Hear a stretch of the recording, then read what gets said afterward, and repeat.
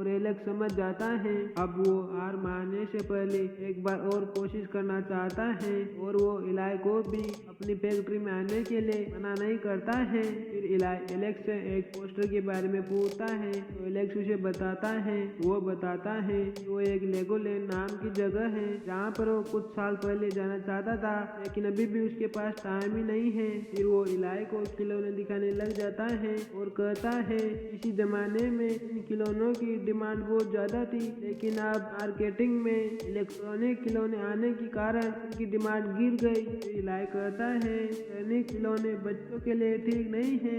Alex इस बात से खुश होकर उसे एक डॉल दे देता है जो उसकी पसंदीदा डॉल थी, जिसके अंदर छोटी छोटी और 5 डॉल थी। अगले दिन इलाई जूही से झूठ बोलता है और कहता है एलेक्स हमें घुमाने ले जा रहा है।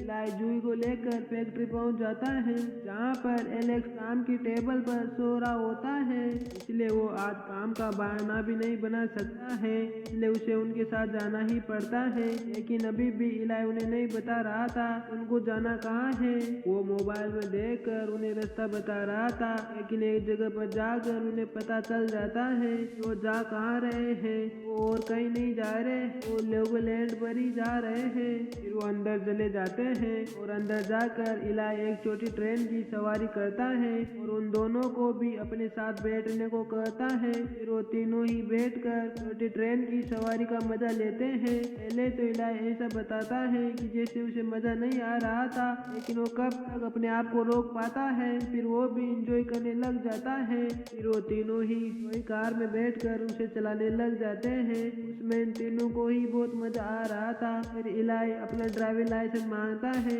वो दो भी बच्चों की तरह अपना ड्राइविंग लाइसेंस मांगने लग जाते हैं।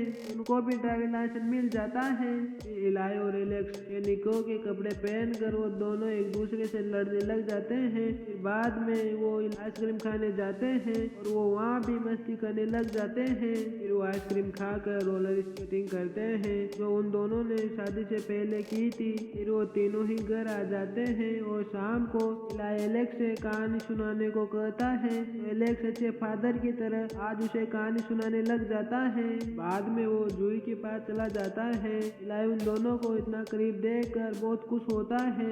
अगले दिन सुबह ही इलाई पियानो पर एक धुन बजाने लग जाता है जो वहीं पर कागज पे लिखी हुई थी। ये सुनकर दोनों ही हड़बड़ी में नीचे आते हैं। उन्हें लगा जैसे कि वहाँ पर कोई और हो।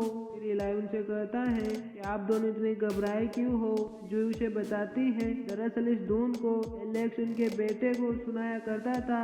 इलाई कहता है उनका बेटा। हैरान होकर उनकी तरफ देखने लग जाता है और आज वो दोनों उसे सब कुछ सच से बताने का फैसला करते हैं। फिर जूही एक एल्बम खोलकर उसे उनके बेटे के बारे में बताने लग जाती है और कहती है आज वो तुम्हारे ही बराबर होता। फिर वो उसे और भी फोटो दिखाती है और कहती है उसका पहला फुटबॉल मैच का फोटो है और ये उसकी फेवरेट आइसक्रीम है।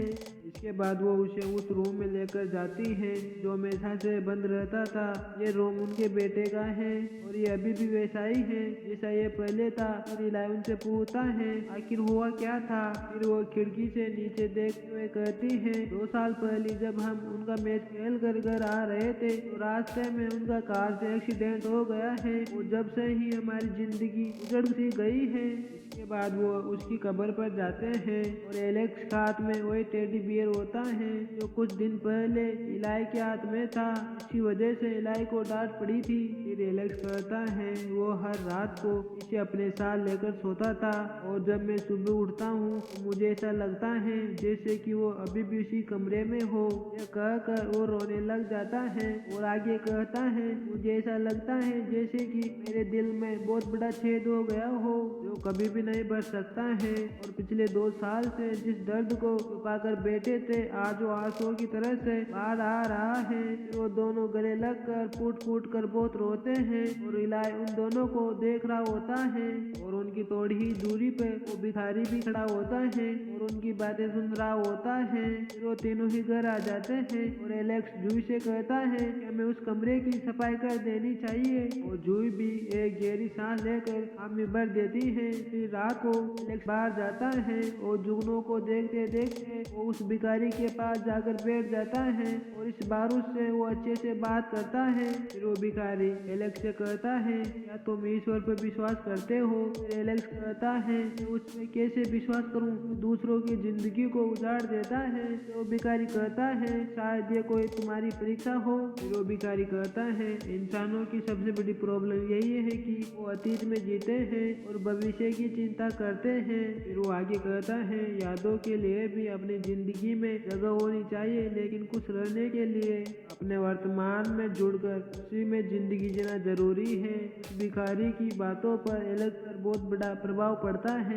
फिर अगले दिन एलेक्स नाश्ते की टेबल पर भी उसी भिखारी की बातों का जिक्र करता है। फिर इलाई कहता है, वो भिखारी एक मिस्टेक बॉक्स की तरह है, इसके अंदर क्या है क्या नहीं किसी को भी पता नहीं है। इलाई की बातें सुनकर एलेक्स कहता है, मुझे एक नया आइडिया आया है। फिर वो इलाई को लेकर फैक्ट्री पहुंच जाता है। फिर वो वहां पहुंचकर नए नए डिजाइन बनाने लग जाता है और इलाई को दिखाता है, लेकिन इलाई उसके हर डिजाइन को फेल कर देता है। लेकिन एलेक्स हार नहीं मानता है, फिर से डिजाइन बनाने लग जाता है। लेकिन इस बार का डिजाइन इलाई को बहुत पसंद आता है और वो हाँ कर देता है। एलेक्स उसी डिजाइन की तरह से एक लकड़ी का बॉक्स बनाता है और उसमें अपनी फैक्ट्री के अलग अलग 5 खिलौने रख देता है। फिर एलेक्स उन लोगों को फोन करता है जो उसकी कंपनी का माल खरीदते थे और उनसे कहता है, मैं तुम लोगों को मेरा एक नया प्रोजेक्ट दिखाना चाहता हूँ। फिर वक्त आ जाता है उस प्रोजेक्ट को दिखाने का। तो एलेक्स अपनी जगह पर इलाई को भेजता है,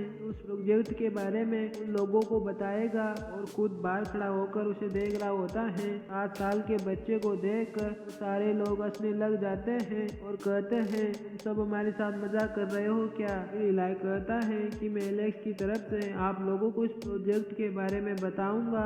ये कहकर उस बॉक्स के ऊपर से कपड़े को हटा देता है, इस पर क्वेश्चन मार्क लग मिस्ट्री बोर्ड लिखा हुआ रहा था। उनमें से बिजनेसमैन बोलता है, इसमें किस तरह के खिलौने रखे हुए हैं? सुनकर इलाई कहता है, मैंने आपको ये बता दिया तो इसे मिस्ट्री बॉक्स कौन कहेगा? उसे कुछ समझ में नहीं आ रहा था। अभी एक बिजनेसमैन बोलता है, लोग इसे जाने बिना ही इसे खरीदेंगे क्योंकि मिस्ट्री सबको पसंद होती है। आधी से ज्यादा खुशी तो इसे खरीदने और खोलने में ही मिल जाएगी। तभी उसके पास बैठा हुआ एक जापानी बिजनेस वहीं पर 20,000 मिस्ट्री बॉक्स का ऑर्डर दे देता है। फिर एक एक करके वो सारे ऑर्डर दे देता है। यह देखकर एलेक्स भी अंदर आ जाता है और उसके इस प्रोजेक्ट को देखकर सभी उसके लिए तालियां बजाते हैं। एलेक्स इससे बहुत खुश होता है और इस खुशी को एंजॉय करने के लिए वो पार्क में जाते हैं और वहाँ पर वो तीनों ही बहुत एंजॉय करते हैं। फिर रात को एलेक्स इलाई से कहता है, अगर वो चाहे तो उसे डेड कह सकता है। और उसके बाद सुनकर इलाई और जूई दोनों ही बहुत खुश हो जाते हैं और आज रात फिर से इलाई उसी भिखारी से मिलने गार्डन में जाता है। इलाई उसे आज की डील के बारे में बताता है और वो भिखारी बहुत खुश होता है। फिर वो इलाई के कान में कुछ कहता है। फिर अगले दिन एलेक्स और जूई इलाई के साथ उसी गार्डन में आते हैं। फिर वो उस भिखारी के पास जाते हैं और उसे क्रिसमस पर अपने घर आने को कहते हैं। क्रिसमस के दिन में दिखाया जाता है कि मिस्ट्री बॉक्स को सारी कामयाबी मिल रही होती है। इस बॉक्स के साथ बच्चों के सिर चढ़कर बोल रहे होते हैं और एलेक्स को इन सब को पूरा करने में कोई भी टेंशन नहीं होती है क्योंकि उसके पास खिलौनों का पहले ही बहुत बड़ा स्टॉक कर रखा है।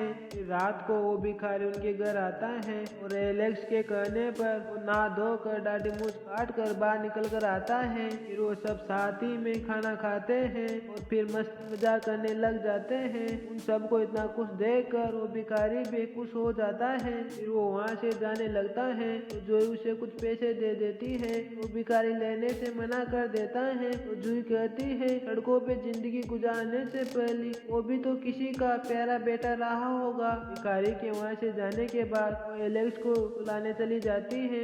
एलेक्स उससे कहता है कि आप एंजल में विश्वास रखती हो? जूही इस बात का कोई जवाब नहीं देती है क्योंकि इस वक्त उसके दिमाग में कुछ और ही चल रहा होता है। फिर वो एलेक्स के पास चली जाती है और उसके पास जाकर उसे एक गिफ्ट देती है। जब एलेक्स उसे खोलकर देखता है तो इसमें कुछ और नहीं होता है, उसके प्रेगनेंसी टेस्ट होते हैं। ये खबर जानकर एलेक्स बहुत खुश हो जाता है और उसे गले लगा लेता है और कहता है, मैं ये खबर इलाई को देना चाहता हूँ। तो जूही कहती है, वो अभी सो गया होगा, तुम इस खबर को सुबह उसे सुना देना। लेकिन उन्हें इस बात का अंदाजा नहीं था कि इलाई उन्हें वो शायद शायद देर से सीढ़ियों पे से देख रहा है। अगले दिन जल्दी ही उठकर एलेक्स उसे गुड न्यूज देने के लिए उसके रूम में जाता है, लेकिन इलाई वहाँ नहीं होता है और उन दोनों के नाम पर वहाँ पर एक लेटर होता है।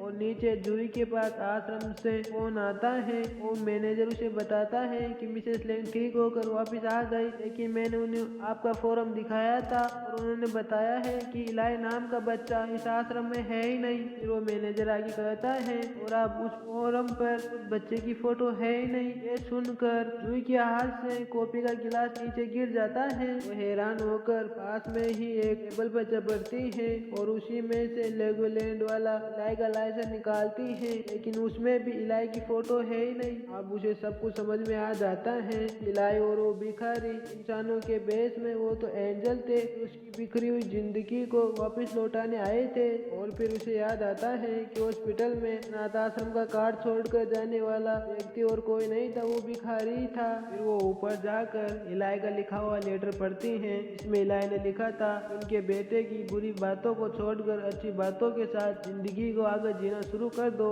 वो उस लेटर को पढ़ते पढ़ते ही रोने लग जाती हैं। रोते रोते उस लेटर को आगे पढ़ती हैं, इसमें इलाई ने भविष्यवाणी की थी कि उनको एक बेटी पैदा होगी। फिर आखिरी में दिखाया जाता है एलेक्स और जूही अपनी बच्ची के साथ बहुत खुश है। जूही को ऐसा लगता है जैसे कि इलाई उनसे मिलने आया हो और उनको देखते ही इलाई हंसते हुए गायब हो जाता है। और इसी के साथ ये मूवी यहीं समाप्त होती है। मिलते हैं अगली वीडियो में, तब तक के लिए गुड बाय। आप सभी का धन्यवाद अपना कीमती समय देने के लिए।